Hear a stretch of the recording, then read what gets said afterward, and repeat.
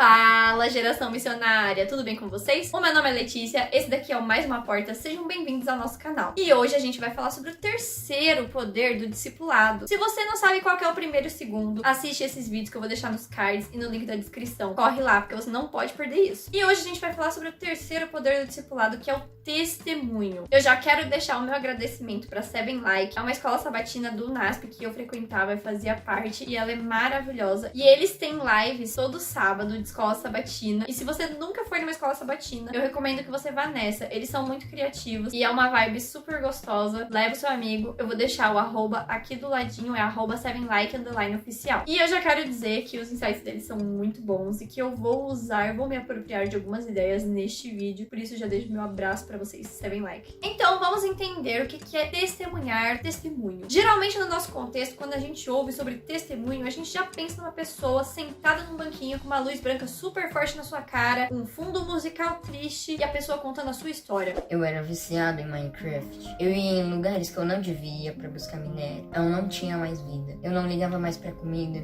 Eu não dormia mais. Só bebia café. Eu fiquei 2 semanas sem falar com a minha mãe por causa do jogo, até que ela me bateu. Eu era muito pobre, assim, na minha casa não tinha nem gesso na parede, às vezes faltava comida na mesa, mas eu tinha um iPhone. Eu curtia minhas próprias fotos no Instagram, fazia de tudo pra impressionar os garotos, sabe? Aí minha amiga me falou, vamos pra igreja, vamos pra igreja. Eu falava, vou não. Mas aí ela me amolou tanto que eu falei, tá bom, vamos pra igreja. A partir disso, minha vida nunca mais foi a mesma. Agora eu nem namoro mais pessoa de fora da igreja, só de dentro. Não bebo mais café, agora eu só tomo coca mesmo. Mas olha, você não precisa ter usado drogas, você não precisa ter sido vida louca, ter feito parte do crime, pra você poder ter um testemunho pra contar pras outras pessoas. Às vezes o seu testemunho de vida vai ser muito mais simples e ele vai atingir as pessoas que se identificarem com o seu testemunho. Não vamos desmerecer as pessoas que têm histórias super maravilhosas e super legais, mas cada um tem a sua história. Agora, o que é realmente o testemunho? É uma declaração ou um depoimento de uma ou mais pessoas sobre um fato ou acontecimento para dizer se esse fato é real ou não. É alguém que tem o relato em primeira mão. Então, no nosso contexto, seria basicamente alguém que tem uma experiência com o evangelho e consegue repassar isso para outras pessoas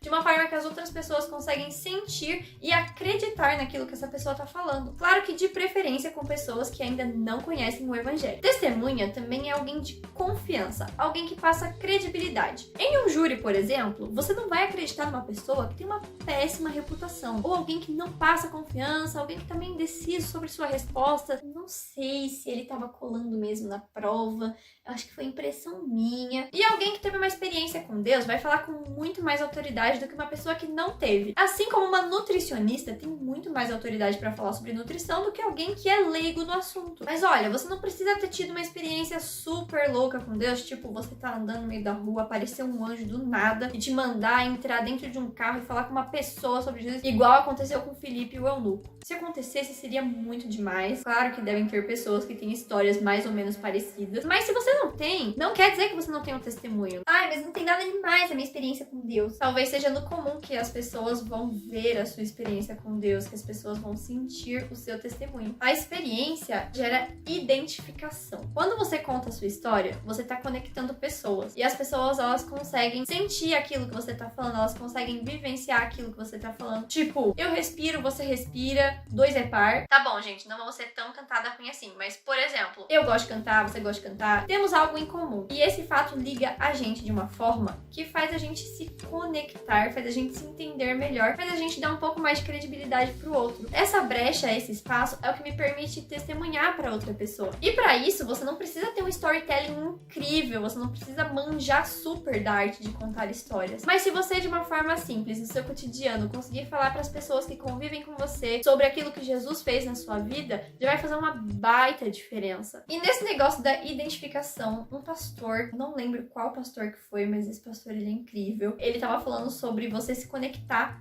com a sua tribo. Por exemplo, eu gosto de andar de skate, você gosta de andar de skate, e temos uma galera que gosta de andar de skate juntos, e as pessoas da sua tribo, que são as pessoas parecidas com você, são as primeiras pessoas que você vai conseguir chegar e falar sobre o amor de Jesus, que você vai conseguir testemunhar pra elas. E o testemunho, às vezes, ele não vai ser tão aberto como a gente imagina. Tipo, você sentar no banquinho, na frente da luz, pegar o microfone e falar. Às vezes, o testemunho, ele vai ser muito mais mensagem subliminar. Tipo, viver mesmo. Então a gente vai estar ali vivendo, conversando com a pessoa que tá do nosso lado e vai estar testemunhando. E às vezes a gente nem se dá conta disso. Todo mundo tem algo que é só seu. Mesmo que tenham muitas pessoas que têm os mesmos interesses e tiveram experiências parecidas com você, você tem características que são só suas. Você tem uma visão de mundo que é só sua. Você tem experiências que tornam você uma pessoa única. Eu sei que a gente caiu naquele buraco dos empregos que diz que ninguém é insubstituível, mas para uma mãe que tem 10 filhos, cada um dos filhos dela vai ser diferente e nenhum deles é só mais um. E você, no mundo, não é só mais um. Então, para de diminuir sua história só porque você nasceu na igreja, porque você é cristão de berço, ou só porque você nunca foi tão vida louca e nunca fez nada assim, que foi uma conversão extraordinária. Isso não quer dizer que você não tem uma história que pode ser um caminho para outras pessoas. Agora, se você realmente acha que você ainda não é convertido, que você não teve uma experiência com Deus, ore por isso. E se você ainda não sabe como orar, é só você assistir esse vídeo sobre oração que tá aqui nos cards e na descrição do vídeo. Agora, talvez existam pessoas que precisam ser tocadas por você. Assim como na história do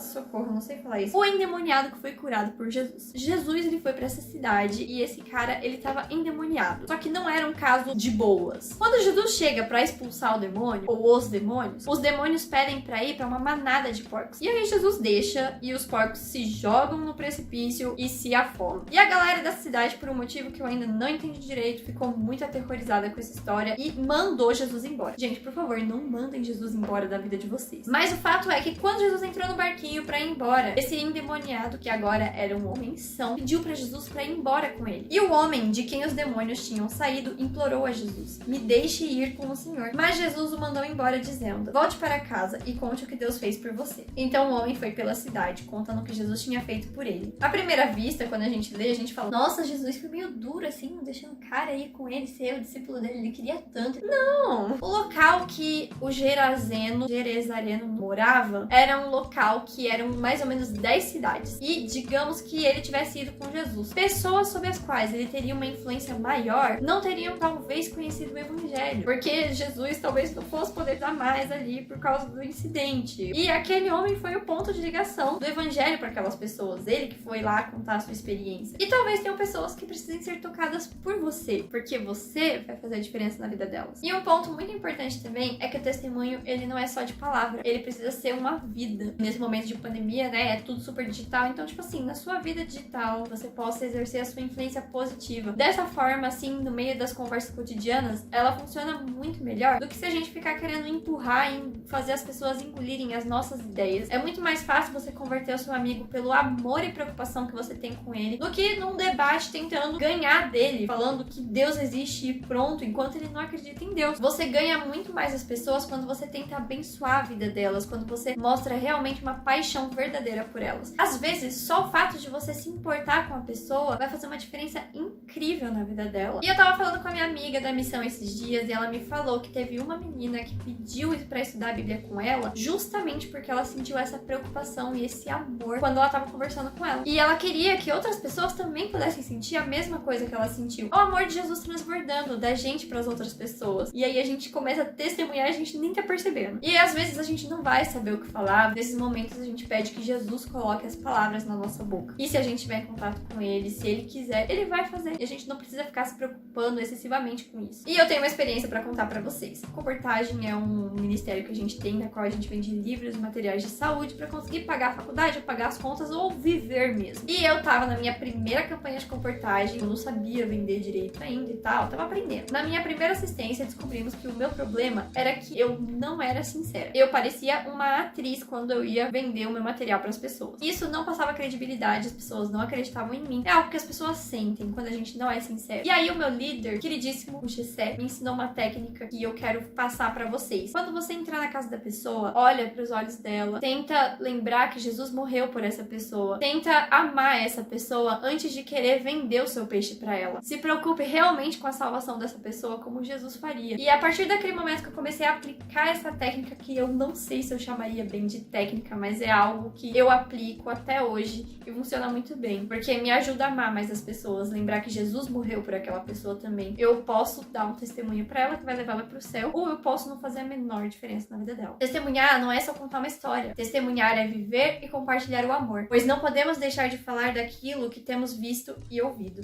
E se você chegou no ponto da vida que você ora, lê a Bíblia, mas sente que tá faltando alguma coisa, é o testemunho. E eu prefiro chamar de botão de compartilhar, que é exatamente o que você pode fazer com esse vídeo nesse momento. Compartilha com todos os seus amigos que você quer que conheça essa mensagem maravilhosa. Aquele seu amigo que não tá estudando a lição da Escola Sabatina, aquele seu amigo que estuda a lição da Escola Sabatina, mas não sabe que a gente tem esse canal aqui. Compartilha que a gente vai todo mundo crescer junto. Não esquece de dar o like, se inscrever e apertar o sininho pra você sempre receber os vídeos novos que a gente fizer, porque senão você nunca vai receber nada. Se você já curtiu as próprias fotos no Instagram, deixa o seu like. Se você tem algum comentário sobre testemunho, ou você concorda ou discorda de qualquer coisa que a gente falou, deixa nos seus comentários aqui. Eu espero que você fique com Deus e tenha muito juízo.